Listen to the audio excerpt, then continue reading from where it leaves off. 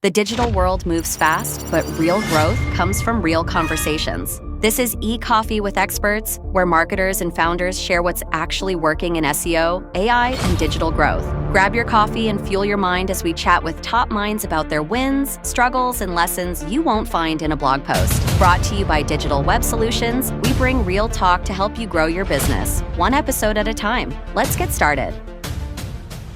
Hey, hi everyone. Welcome to your show, E-Coffee with Experts. This is your host, Ranmay here. And today we have Andrew, who is the Chief Executive Officer of Beefy Marketing with us. Hey, Andrew, how is it going? It's great, man. Thanks for having me here. Lovely. Andrew, before we move any forward, it's, kind of go back in time and understand how were you growing up as a kid? How did you got up in the digital marketing landscape? And more about Beefy Marketing, your agency. What do you guys do? What do you guys specialize in? And we'll take it from there. All right, I'll take you way back. I grew up in a small little town in Texas called Waller, and didn't grow up with a lot of money. Actually, we were quite poor, and a lot of my kind of young years were focused on entrepreneurship, because I realized that in order to have more, to be able to live the kind of life that I wanted to live, and to kind of, I don't like to use the word escape, but to get out of the situation that I grew up in, I was going to have to do something different, right?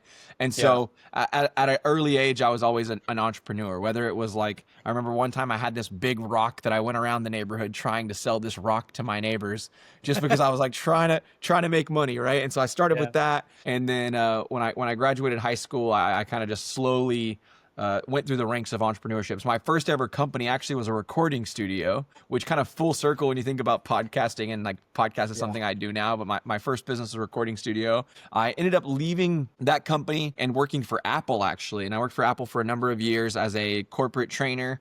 I would do grand openings. I would train the sales teams. I really enjoyed my time at Apple. And I think that's kind of what gave me that business acumen, the foundation of what I needed to know to truly step out and be a successful entrepreneur. And I remember getting a phone call from a really good friend from church growing up, and she said, "Hey, I'm marrying this guy. They're making a movie about him. Let me think about it a little bit." And I talked to my leadership team at Apple, and I said, "Hey, what does it look like if I wanted to do this?" And they were like, "Hey, you've always got a job here at Apple if you want to come back, but don't let that stop you from pursuing your dreams." And so that month, I decided to go ahead and open up my business.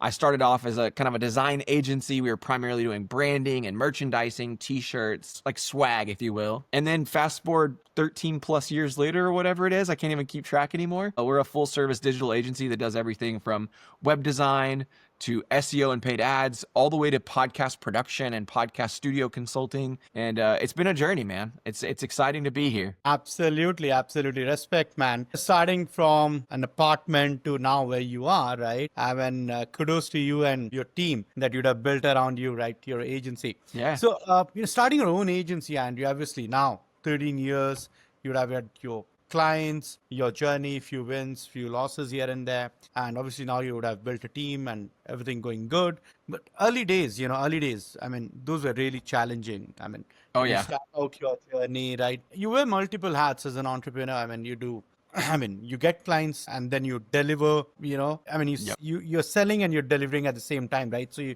you're kind of doing everything. Then on top of that, handling books, doing HR, hiring team, trying to build a culture, trying to make a name for yourself. So, I mean, talk us through those challenges, Andrew. This question is particularly, for the young listeners who are trying to kind of start their own journey into entrepreneurship. Oh, yeah, absolutely, man. I mean, nobody tells you what entrepreneurship or owning a business really looks like. There's not a handbook. There's not a guide.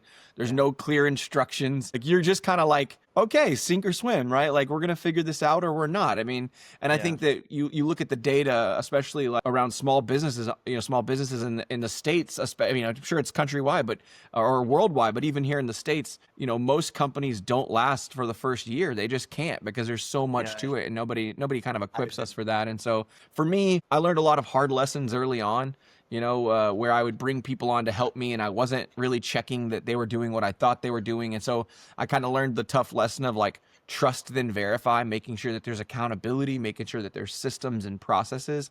And I feel like that took me probably 7 or 8 years. And the reality is I'm constantly still dialing that in. But I think for me, I had to learn the hard way a lot of times that you've got to build your systems. You've got to set up those processes that are going to help you stay on track and manage things effectively. And then something that we always tell our clients, and I think it's something that applies especially to young entrepreneurs, is like, trust your experts. Like, look for mentorship, get coaches, join a community of like-minded individuals. That was something that I wish I would have invested in a lot earlier on in the journey. I have multiple coaches now that I work with, and they've been a godsend. They've really helped my business get where it is today. But if I would have done that 10 plus years ago, I think I'd have been in a much different place today than I am now. And not to say that that's a bad thing. I just think that for the young entrepreneurs out there listening, don't be afraid to like join some coaching programs. Don't be afraid to get counsel and mentorship, because I think that entrepreneurship is a lonely enough journey as it is. Like, don't do it alone. Like, get that community that you need to kind of be beside you. I love that perspective of when you said, entrepreneurship in itself is a journey which is, most of the times you travel or you kind of navigate through alone, right? So Yes. I agree with that. Now coming to, your process, most agencies, chase complexity to justify retainers, right? And you're built around clarity and systems. So what is the silent tax businesses pay for bloated marketing? Yeah, I think the reality is, and I'm not going to say that I'm like, exempt from this. I've certainly made these mistakes, and I say that we still do occasionally.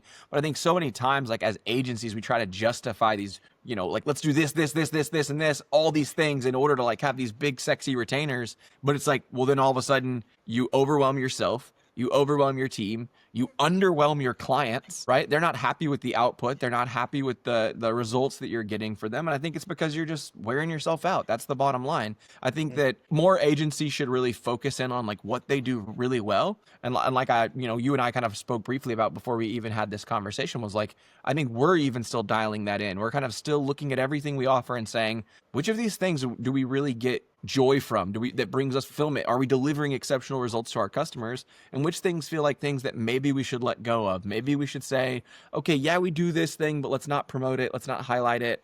Let's not like make it our core offer. And I think that most agencies, I think, are stalling their own growth by doing too much. Right? They think that it's going to help them. They think they're going to get these fat retainers by that. And maybe they will, but at the cost of what? At the expense of what? Really high churn, right? Oh, yay, we have a $5,000 retainer that canceled in 90 days. Well, that doesn't sound like a great retainer, right? I'd rather have 10 $500 retainers that we're crushing it for, and that if we lose one, it doesn't hurt nearly as badly as losing the $5,000 retainer, right? And so I think that, that's the thing. Like, you've got to really assess like what it is that you do well and focus on that. Don't try to just do everything just because you think that that's going to increase revenue or sales. The space, right?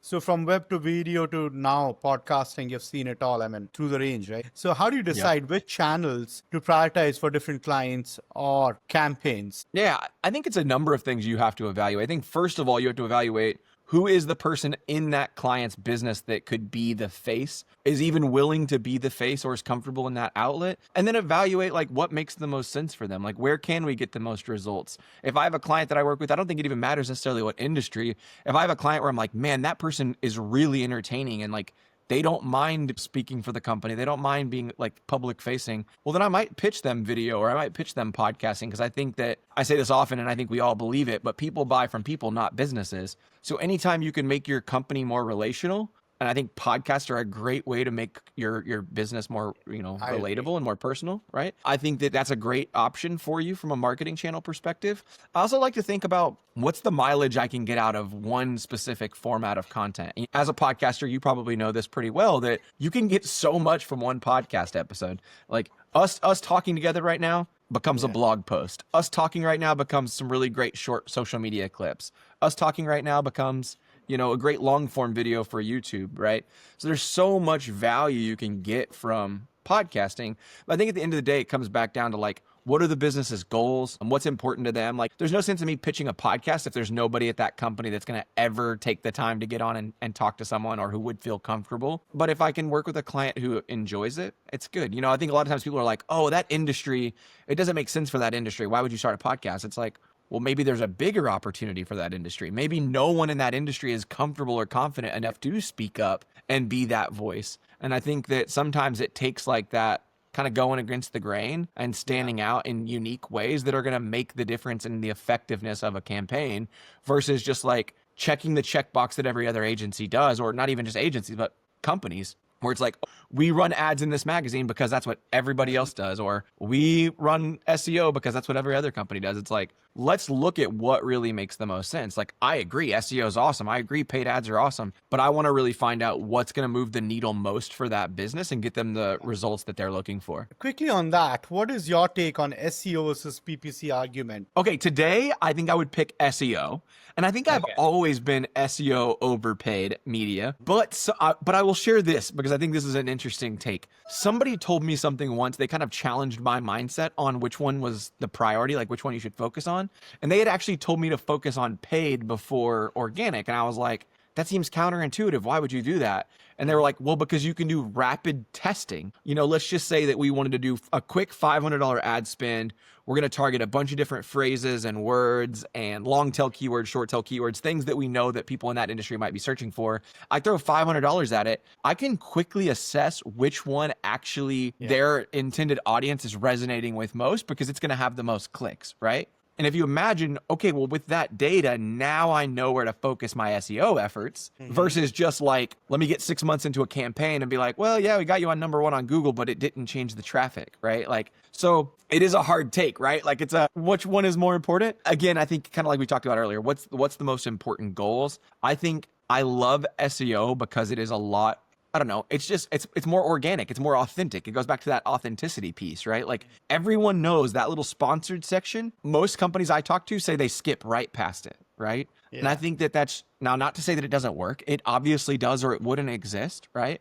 But I think that like the organic side of things just feels so much more trustworthy. So my answer is SEO. I think SEO feels more trustworthy, and I think it's the better play. Lovely. Quickly, another follow-up on that, Andrew. What do you feel is the role of AI and SEO? I mean, what, 2.5 years now since ChatGPT hit us, I would say. So What is your take on where are we heading with AI and SEO? First of all, I love AI. I don't know about yourself. I do as well. I think there's a lot of entrepreneurs, business owners, agencies that are super afraid of what that looks like.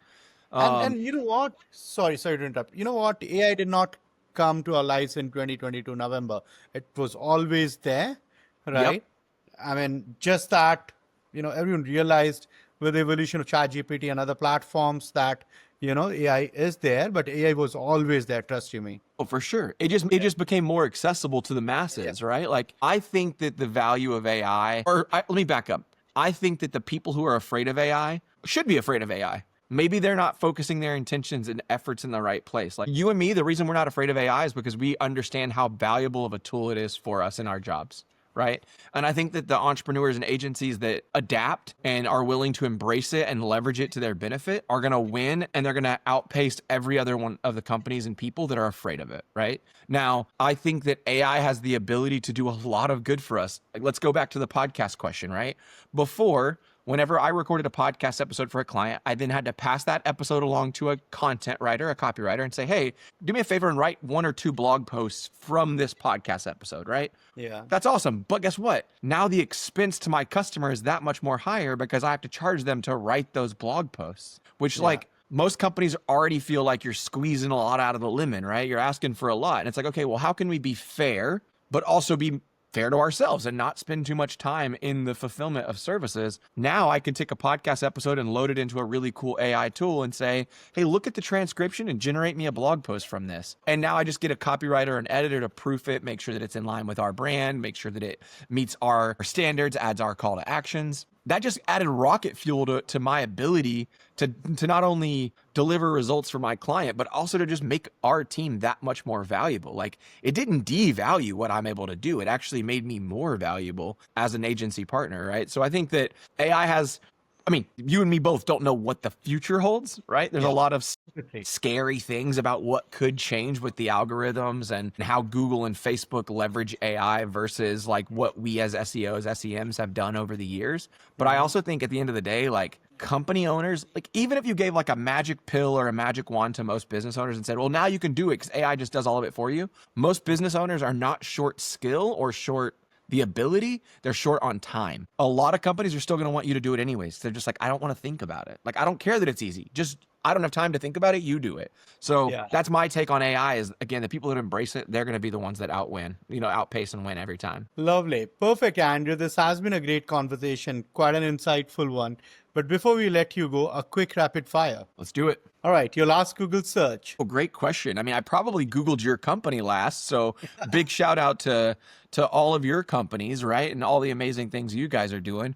Before that, I got to look in my history. Before I searched Rank Watch or Google, it looks like my last one was, let's see, I got to know. Now I want to really know what it was. I was actually searching, this sounds really weird, but I was searching like Navy SEALs. We have a lot of Navy SEAL clients, and so I've been looking up Navy SEALs on the internet. That was just really weird. All right. Where do we find you on Friday evenings, Andrew? After office or after work? Oh, okay. So Beefy has half day Friday. So we're out of here around noon or 1 o'clock. So typically Friday afternoons, we go over to my buddy John's house. We hit his swimming pool up. Maybe we'll have an adult beverage, and hang out. And then if we're lucky, sometimes we try to go out to like a local Tex-Mex restaurant, get some margaritas, have some fajitas. And that's where you'll find me most Friday afternoon, Friday evenings. Lovely. The final one will not grill you any further. What did you do with your first paycheck, Andy? The first paycheck of your life? I probably spent it on a girl. Like, if I were to be honest with myself, I was probably 15 years old and was just impressing some girl in high school. Let's be honest. Lovely. Perfect. Yeah, great, Andy. Thank you so much for taking out time to do this with us. Really appreciate it, man. Yeah, absolutely, man. Thanks for having me.